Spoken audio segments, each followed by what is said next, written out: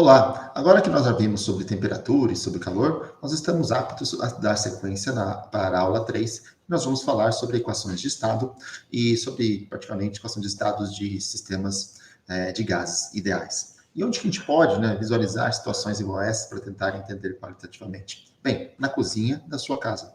Aqui é uma imagem de um filme dinamarquês, onde mostra o ator principal flambando a sua receita, jogando o conhaque ali para flambar provavelmente a sua carne, e nessas situações você consegue já imaginar um sistema termodinâmico para a gente tentar ver e entender algumas situações. Por exemplo, a temperatura aqui, com certeza, e é mais elevada, mas qual que é a temperatura do gás que está presente ali? Perdão, qual que é a velocidade do gás que está presente ali? É maior ou menor do que de um gás, da atmosfera da cozinha que está um pouco mais afastada? E quanto que é maior, quanto que é menor, e qual que é a dependência da velocidade de um gás, por exemplo, com a temperatura? Outra situação que a gente pode imaginar, que a gente acontece muito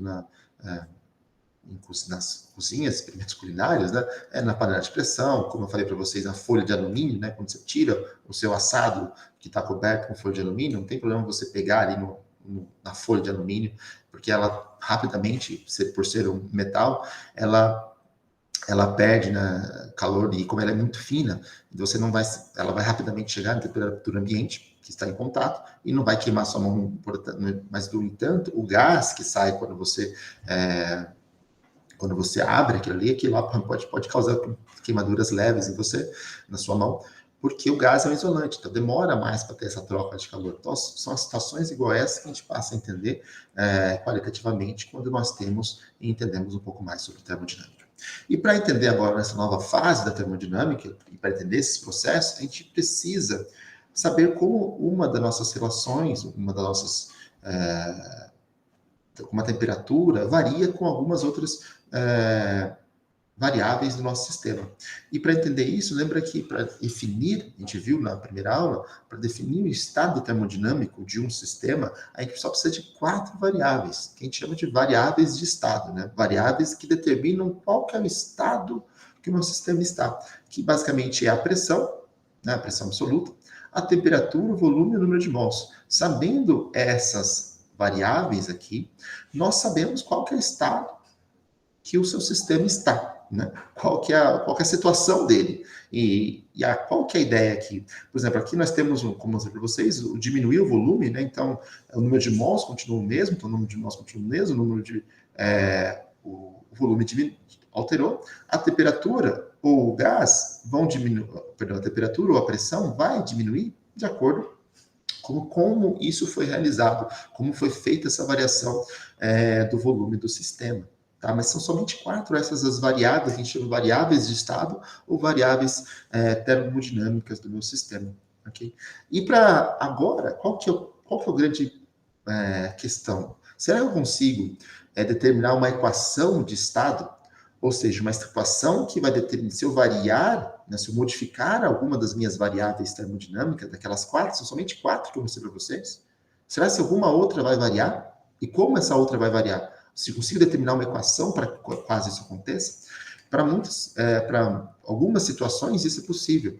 E essa função de estado, essa equação de estado, vai ser uma equação, uma função das nossas 4 variáveis, tá? P, V, a temperatura ou o número de mols do meu sistema. E eu sempre posso descrever no equilíbrio termodinâmico a minha equação de estado como uma função dessas 4 variáveis que seja igual a zero. Por exemplo, imagina que eu tenho variáveis x, 2x vezes y é igual a, sei lá, 3z quadrado menos w, Qual que é a minha função de estado nesse meu sistema? Bem, eu tenho f de x, y, z e w, que é igual a 2xy menos 3z quadrado mais w, e sempre que eu escrevo essa relação, isso aqui vai ser igual a zero. Ou seja, porque eu sei que as minhas variáveis dependem uma das outras dessa forma, portanto, sempre que se eu escrevo uma função desta maneira, ela sempre será igual a zero. Então, essa é uma equação do estado se as suas variáveis dependerem desta maneira uma com as outras. Então, no equilíbrio termodinâmico, eu vou ter uma equação igual a essa. Por exemplo, para líquidos ou metal sólido, por exemplo, o seu volume, ele varia como? O volume vai ser um volume V0, mas o volume também depende da temperatura. A gente viu de dilatação térmica. Esse depende como? Depende linearmente da temperatura. Aqui o coeficiente de expansão volumétrica, né, do seu material, o volume irá aumentar conforme aumenta a minha temperatura. E aumenta como? Linearmente. Então, é um processo que aumenta dentro de determinados intervalos, né? Esse valor vai aumentar, o volume irá aumentar linearmente com a temperatura. No entanto, se eu aumento a minha pressão, o que acontece? Ele diminui com a pressão. Se eu aumento a pressão de determinado sólido, né, ou num líquido, embora ele seja incompressível, mas se eu colocar pressões muito altas, ele pode, de fato, comprimir um pouco. Daí vem o sinal de menos aqui e é proporcional a uma certa constante, que a gente chama de constante de compressibilidade dos materiais. E aqui nós temos, por exemplo, uma equação muito simples de estado para o meu metal sólido. Tá? Uma outra equação de estado que é extremamente importante, que é muito simples e que foi descoberta alguns séculos atrás, é a equação de estado dos gases ideais. Qual que é a equação de estado de gases ideais? Primeiro, você precisa saber o que é gás ideal. Gás ideal, ele acontece em duas situações que a gente precisa, né, descrever. Ele acontece em situações de rarefação extrema. O que é rarefação extrema? Rarefação extrema é quando tem uma pressão muito baixa, tá? Imagina que eu tenho aqui um container que tem muitos gases, tá? Muitas moléculas do meu gás, ok? Nesse sistema que eu tenho muitas moléculas do meu gás, esta molécula aqui interage com as outras, porque veja, essa molécula nós sabemos que não é uma bolinha, né, do modelo de Dalton, né? Tem uma certa estrutura. E os elétrons ali interagem de uma molécula com os elétrons da outra, né? Então tem uma certa força que pode ser uma força de atração, e dependendo da distância, uma força de repulsão. E quanto maior o número de moléculas que tenho ali, né, maior vai ser essa relação, essa interação de uma molécula com a outra.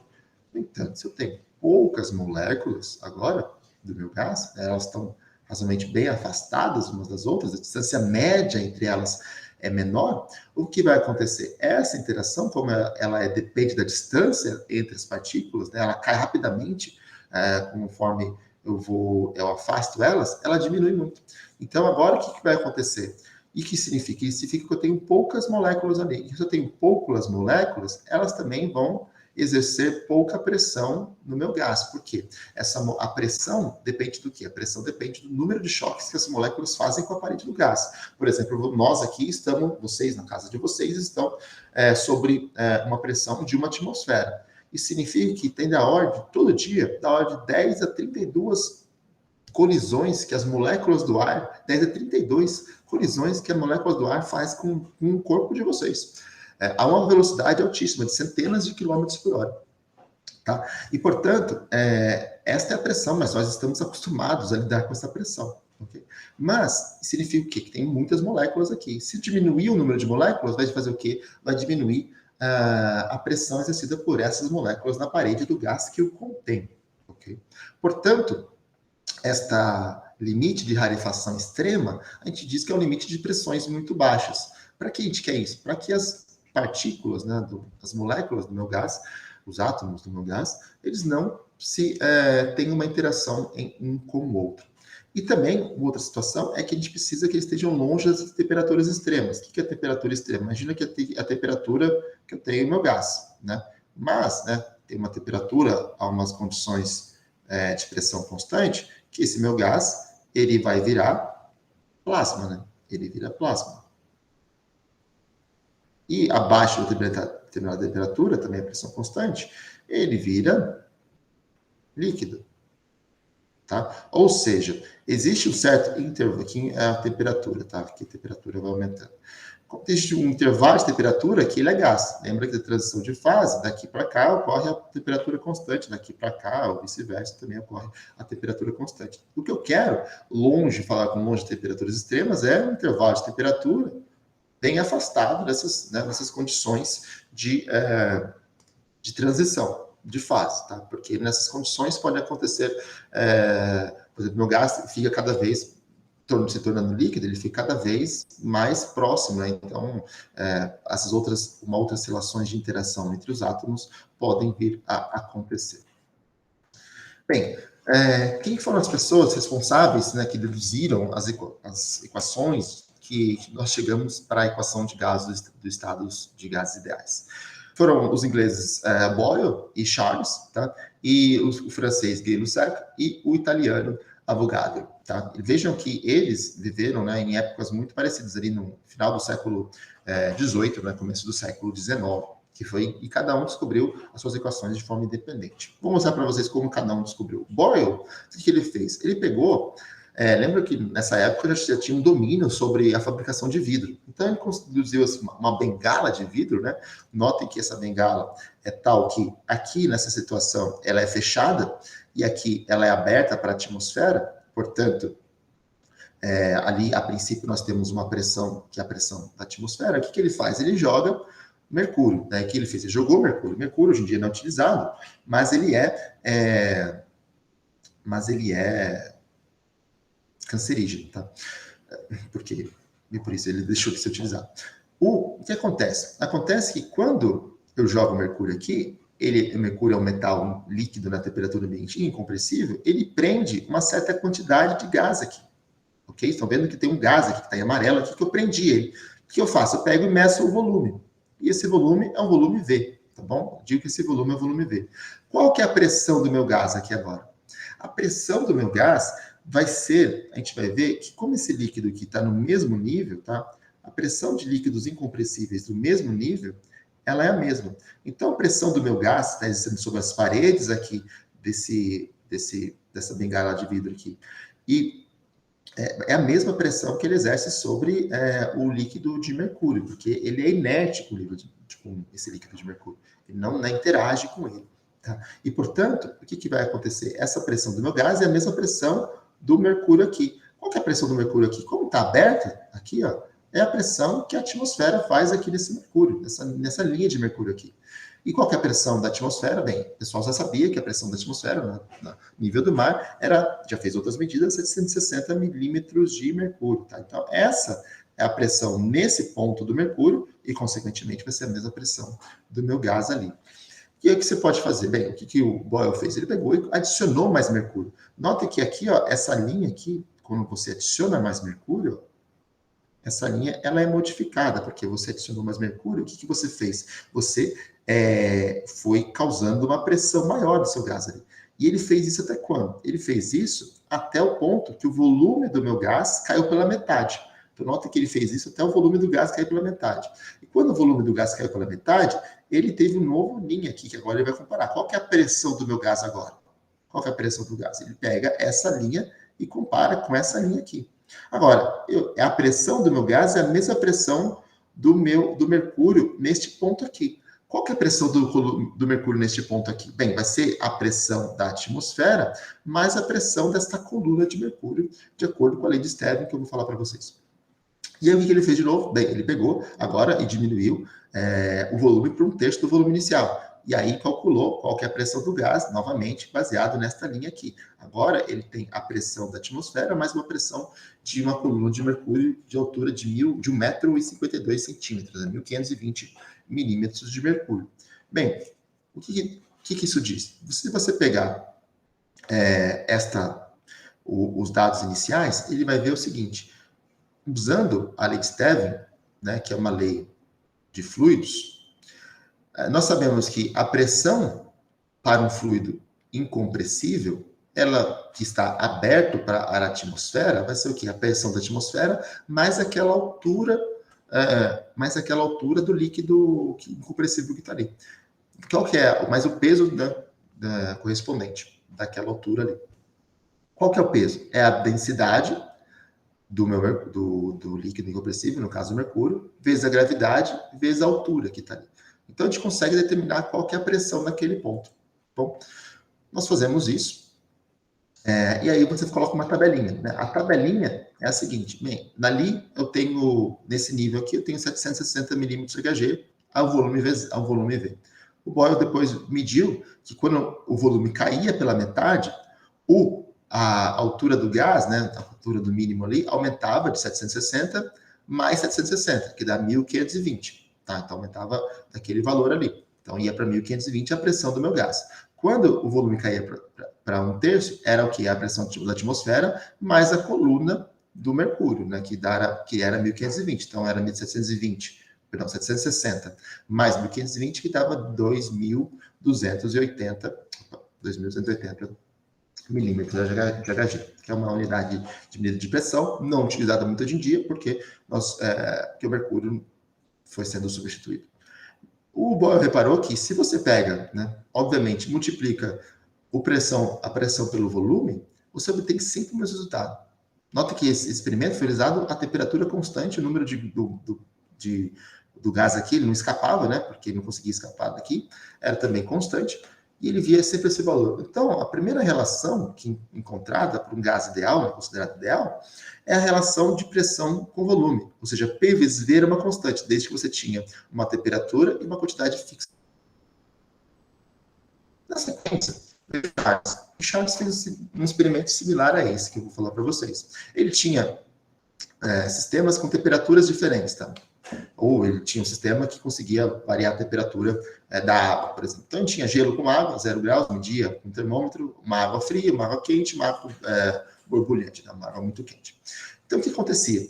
Ele conseguia medir a temperatura da água utilizando o termômetro. Então, ele media a temperatura da água utilizando o termômetro. Ele tinha um gás que era contido dentro de um becker, tá? Que era, você veja aqui que ele estava bem travado aqui, tipo, o gás não conseguia sair desse becker aqui. Ele tinha uma borracha, né, que impedia o gás de sair.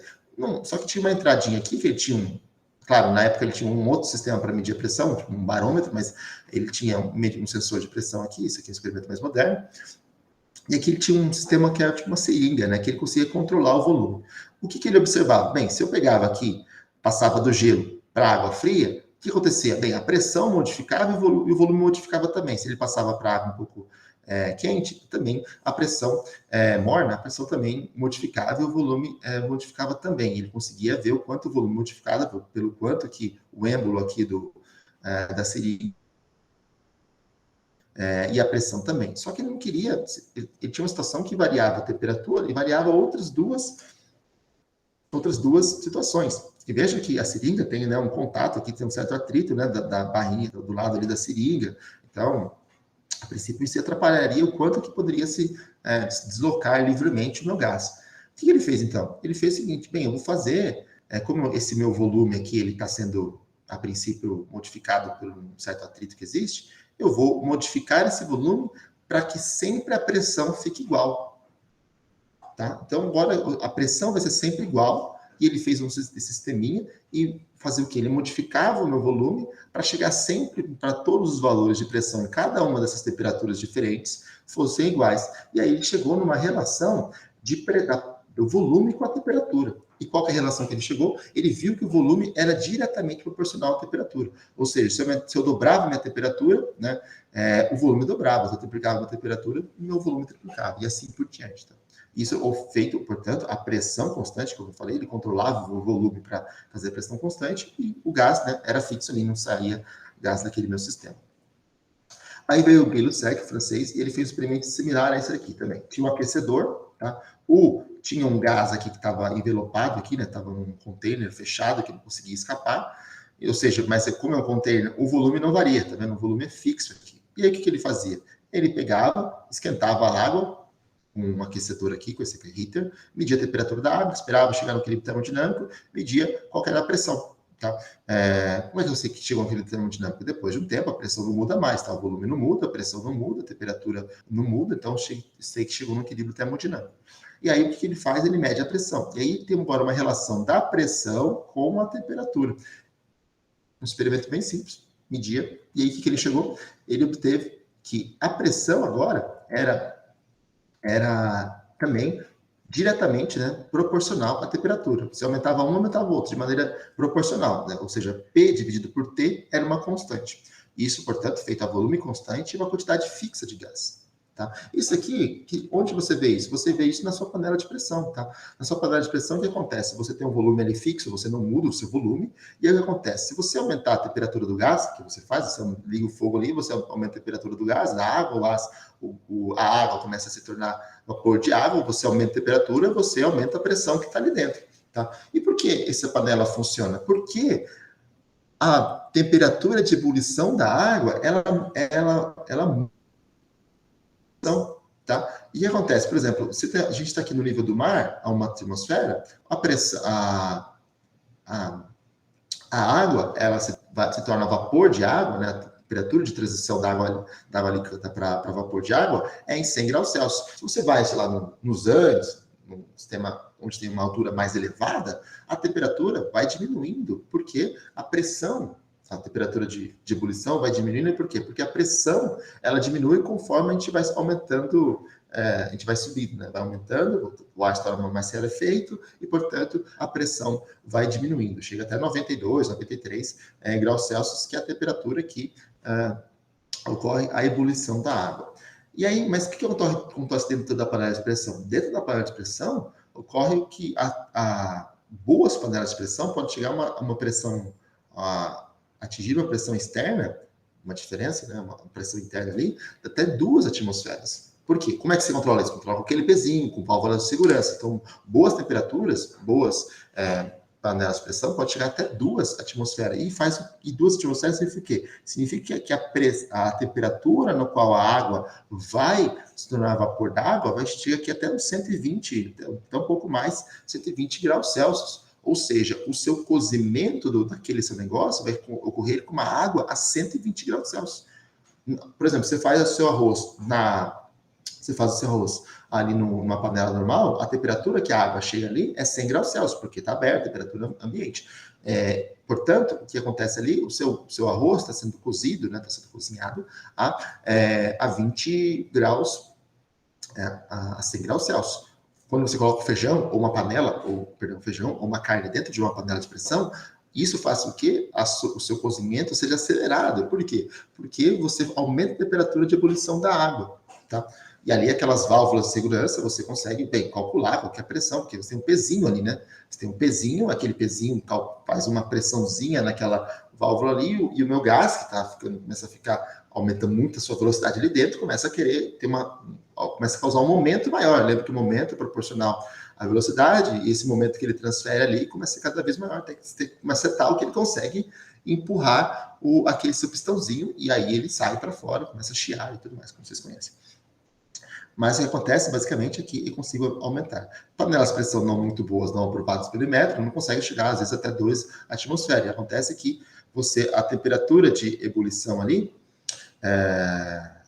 temperatura de ebulição da água é 100 graus Celsius.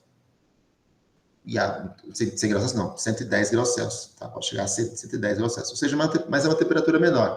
O que acontece é que faz com que demore mais tempo para você chegar no ponto ideal do seu feijão, ponto ideal da sua carne. Por isso que quando você vai assistir um canal que vai falar como é que faz um feijão, como é que faz uma carne de panela, vai dependendo da sua panela de pressão. Você abre e vê se está bom ou não, porque panelas de pressões diferentes chegam a pressões internas diferentes, que faz com que a temperatura de ebulição da água ali seja diferente, que acelera ou não o cozimento da água. Quanto maior a temperatura, mais rápido vai ser o cozimento e, portanto, mais você vai economizar, por exemplo, com gás. Tá? Bem, então é isso que o site descobriu, para ter isso novamente qualitativamente. A gente consegue explicar isso. Porque você viu, né, que é uma curva que não é uma curva linear, tá? Veja que não é uma curva linear, isso aqui provavelmente é. Então, portanto, é para água, né? Não para o gás. Bem, o outro cara que começou a trabalhar com isso também foi Avogadro, e ele foi um italiano ali da cidade de Turim. Ele é muito conhecido, né, na química pela eletrólise da água, né? A eletrólise da água foi, nessa época também já começou Alessandro Volta ali em Como. Veja, Turim fica aqui, Milão fica um pouquinho aqui mais pro leste de Turim, Como fica um pouco mais para cima, onde Alessandro Volta ali descobriu, inventou a pilha, né?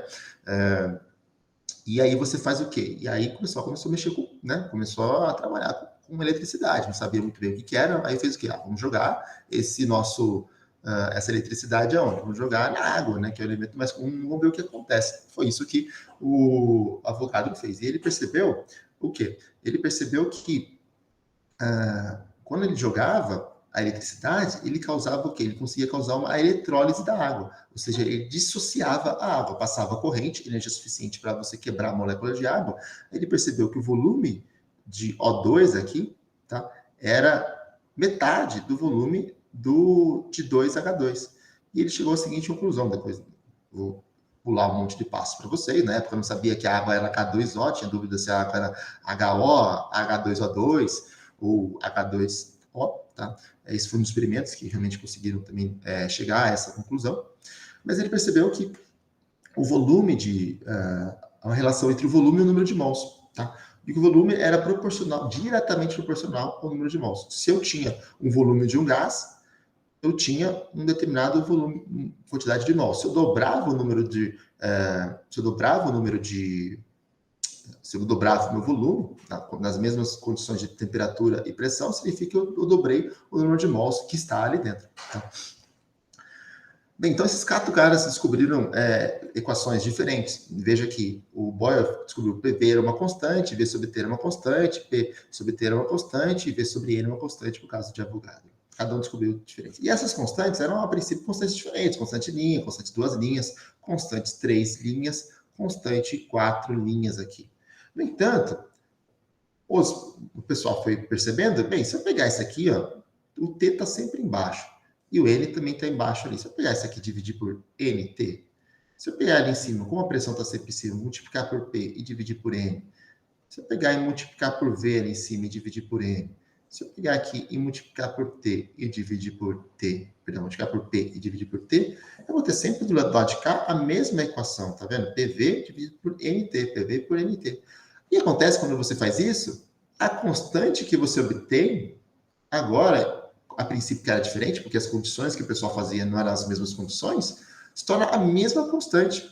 E aí que chega na equação de gases ideais, que é a equação que você já conhece, que é a PV igual a RT. Essa equação é uma equação empírica, né? Ela foi descoberta através desses experimentos que eu falei para vocês. A gente consegue também deduzir ela teoricamente, através da teoria cinética dos gases, que eu vou falar para vocês mais pra frente. Qual que é essa constante de proporcionalidade? É essa daqui, que é o R, que é a constante universal dos gases, tá?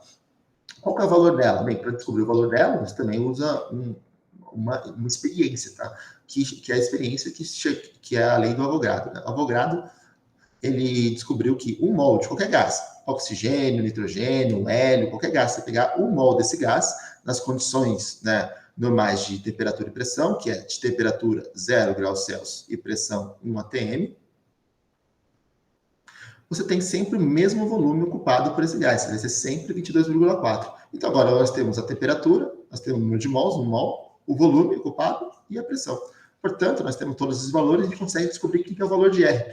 A gente consegue ver que o R é PV sobre NT, o P, uma atmosfera a gente passa para Pascal, que é o nosso sistema internacional, o volume em 22,4 litros nós também passamos por metro cúbico, a quantidade de mol continua mol, e a temperatura em graus Celsius a gente passa para a temperatura que é a temperatura que a gente sempre deve utilizar nessas equações aqui, de PV igual a RT, em Kelvin, tá? Que é a equação, que é a temperatura absoluta. Tá? Nota que aqui também é a pressão absoluta, a temperatura absoluta, o volume que ele ocupa. Tá? Sempre eu aconselho vocês a utilizarem o Kelvin, a menos quando você tem uma variação de temperatura.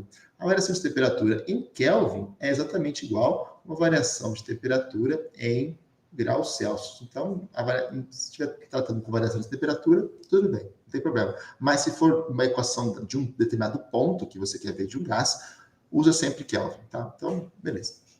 E quando você faz essa conta, você vê que o resultado que você chega aqui é 8,314 Joule por mol Kelvin. Joule por quê? Porque Pascal é Newton por metro quadrado, vezes metro cúbico, vai dar Newton vezes metro, e Newton vezes metro é Joule, tá? Então, esse é o valor que a gente chega para o R. E esse R é uma constante que vale para todos os gases. Vale para todos os gases que você quiser imaginar, nas condições, né, que ele seja um gás ideal. Mas, razoavelmente, a equação que muda, o R vai continuar sempre o mesmo, a equação que vai mudar um pouquinho, que a gente vai ver um pouco mais para frente. Tá bom? O PV, então, é igual a NRT, e você pode utilizar essa equaçãozinha para, pelo menos qualitativamente, para várias situações do dia a dia. Por exemplo, uma que você pode imaginar é quando você vai calibrar o pneu do seu carro, ou da sua moto, da sua bicicleta, mais para carro, né, e moto do que para bicicleta. Por quê? Se você pega, imagina que você pega o seu carro e vai viajar, por exemplo, eu vou daqui de São Carlos até Campinas, vamos fazer uma viagem longa, ou até São Paulo. E lá, sei lá pela metade do caminho, alguém inadvertidamente vai lá ou perto de Campinas, você vai lá e fala, vou abastecer aqui, precisa abastecer. Aí você aproveita, já que eu abasteci, eu vou calibrar o pneu. Não faça isso. Por quê? A pressão, que a gente viu, ele é proporcional à temperatura. E a temperatura do gás ali dentro do seu pneu vai fazer o quê? Vai fazer com que a pressão aumente. Então, conforme você vai andando, por atrito, o seu pneu esquenta. Você coloca a mão depois de uma viagem, coloca ali a mão no pneu, ele vai estar quente. E acontece o quê? Vai aquecer o gás que está ali dentro. Quando você aquece o gás que está ali dentro, você faz o quê? Como o volume dele não vai mudar muito, vai se continuar com o mesmo volume, porque aquela borracha impede que o gás escape, a sua pressão vai aumentar muito. Então, quando você vai medir a sua pressão do seu pneu depois de uma certa quantidade que você viajou, o que vai acontecer? Ele vai estar numa pressão maior aqui, vai estar em torno de 40 PSI. O que é PSI? Pounds per square inch, que é a unidade, enfim, são as unidades que vão se mantendo ao longo do tempo. Umas vão se perdendo, outras se mantêm, que é libras por polegada quadrada, tá? Que ali pode chegar em torno de 40, enquanto o seu pneu tem que estar em torno de 30. O que você faz? Não, vou calibrar aqui para em torno de 30. E aí você vai lá em São Paulo, dorme, e depois quando você acorda, você vai ver no dia seguinte, vai calibrar, se o pneu está mais baixo, o que aconteceu? Porque aí, conforme chegou na temperatura ambiente, ele esfriou, a pressão também diminuiu, então a pressão dele vai ficar menor. Ou você pode usar o pounds per square inch, que é o que grande todos os lugares basicamente usam, então vai ser difícil modificar essa unidade. Ou você pode usar bar aqui, por exemplo. Um bar é aproximadamente uma atmosfera, tá? Tem uma diferença de 1%, um pouco mais de 1%, 1,2%, 1,3% de um para o outro. Então, se o seu pneu for em torno de 30 graus, é 2 bar que ele vai estar, tá bom? Então, nunca façam uma calibragem do seu pneu com o ar ali dentro, andando muito. Ou seja, porque você sabe que isso vai acontecer.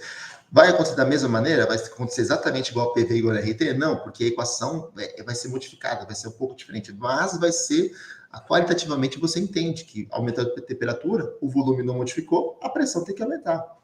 Então, ponto para a termodinâmica.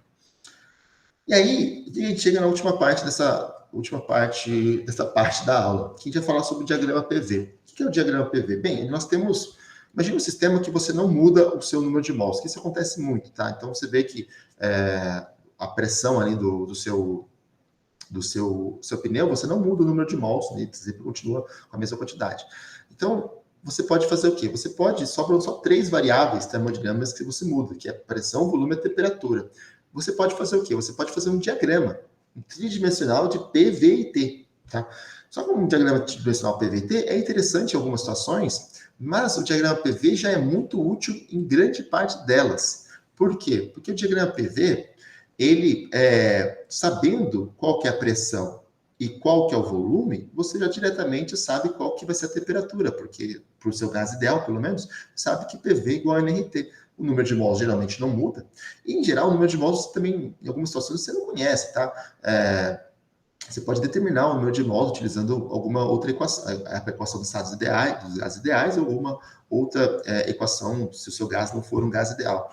Você pode determinar o número de mols. Mas, em geral, eventualmente, o número de mols não interfere muito dependendo do trabalho que você for fazer.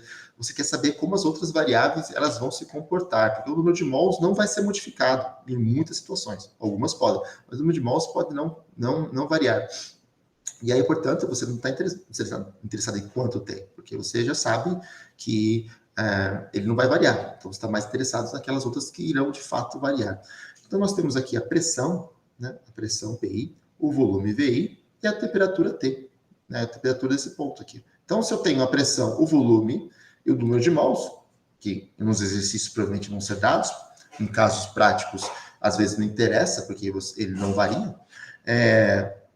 você vai ter a sua temperatura aqui, que você pode determinar. Temperatura T aqui, o T inicial. E o que acontece? Aí ele pode ir para qualquer lado, né? Pode aumentar aqui, pode fazer para cá, pode ir para qualquer situação, e você determinar exatamente qual que é as outras variáveis. Aí começa outras variáveis vão mudando conforme você muda o estado do seu gás. Né?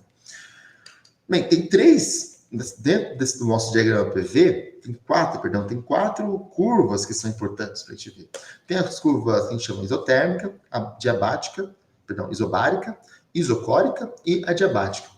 A curva isotérmica, tá? É aquela curva no meu diagrama PV onde a temperatura ela não muda, tá? Como a gente viu, né, que PV, quando a temperatura não muda, a pressão vai mudar com o volume. E vai ser, não, a pressão é inversamente ao volume. Então, vai ser uma hiperbolizinha, tá? Então, vai vir daqui, desse ponto inicial, conforme eu aumento o volume, eu diminuo a pressão. Ou conforme eu aumento a pressão, eu diminuo o volume. Eles são inversamente proporcionais. Né? P sobre V é uma constante. Esse é uma curva típica isotérmica, de pressão constante. Uma outra curva que pode acontecer bastante, é uma curva do tipo isobárica, né? Que é uma curva onde a pressão é constante. Então, uma curva onde a pressão é constante, né? Por exemplo, você está cozinhando sob a pressão atmosférica, né? A pressão ali é constante. É uma curva onde o aumento da temperatura leva ao aumento do volume, tá? Do seu gás. Uma outra curva conhecida é a curva isocórica, né? Que é cujo volume se mantém constante, volume se mantém constante, curva isocórica ou curva isovolumétrica, tá? Então, o volume mantém constante. Se eu diminuo a pressão, né, se eu vou diminuindo a pressão, a temperatura também vai diminuir. E uma outra última curva é a curva que a gente chama de curva adiabática, que é aquela curva onde não há troca de calor no seu sistema com o ambiente externo, tá? Como não há troca de calor com o ambiente, com o sistema externo, ela vai ser uma outra curva, ela vai ser uma curva um pouquinho mais acentuada que a curva isotérmica. E o quanto mais acentuada ou não, aí sim vai depender do meu gás, tá? E porque aí o meu gás, ele, mesmo sendo ideal, ele pode ser o gás monoatômico, diatômico, ou poliatômico, né? Esse é um gás que tem mais de um átomo. E aí vai depender, tá? Mas a gente vai falar isso mais para frente. São essas curvas que a gente vai ter interesse. E o diagrama PV, ele é muito importante, porque, lembra que nesse diagrama PV, vocês já estão acostumados no ensino médio, mas ele é muito importante porque P vezes V, a gente vai ver isso mais para frente, mas eu quero falar isso novamente, P vezes V, a unidade de P vezes V, a gente acabou de ver o que dá. P é a pressão, que é Pascal, né? Pascal é Newton por metro quadrado, vezes volume, que é metro cúbico. Isso daqui dá o quê? Dá Newton vezes metro, que é Joule. Então, isso aqui vem da Joule. O que é Joule? É energia. Então, esse diagrama aqui, ó, ele pode me dar a energia do meu sistema. Não estou falando que ele dá ainda, mas ele pode estar relacionado com a energia do meu gás. Isso é muito legal, porque energia é capacidade de realizar trabalho. Energia e capacidade de realizar trabalho. Então, esse meu diagrama, olhando para ele posso dizer para vocês já qual que é a capacidade de meu gás, por exemplo, realizar trabalho. E isso a gente vai ver que de fato é isso, mas lá, quando a gente for ver, ver na primeira e a segunda lei da termodinâmica. Outra coisa interessante desse nosso diagrama PV, muitos de vocês podem ter notado, outros não, é que ele está sempre no primeiro quadrante aqui. Por quê? Porque a pressão é sempre positiva, sempre maior do que zero, e o volume também é sempre maior do que zero. Então é sempre, né, esse quadrante, nunca vai ter pressão negativa para cá, nunca vai ter ocupando, né, no meu diagrama PV, os outros quadrantes. Mas é sempre no primeiro quadrante, porque a pressão é sempre positiva, o volume também vai ser sempre positivo. E com isso nós terminamos essa nossa primeira parte da aula de hoje. Até logo mais.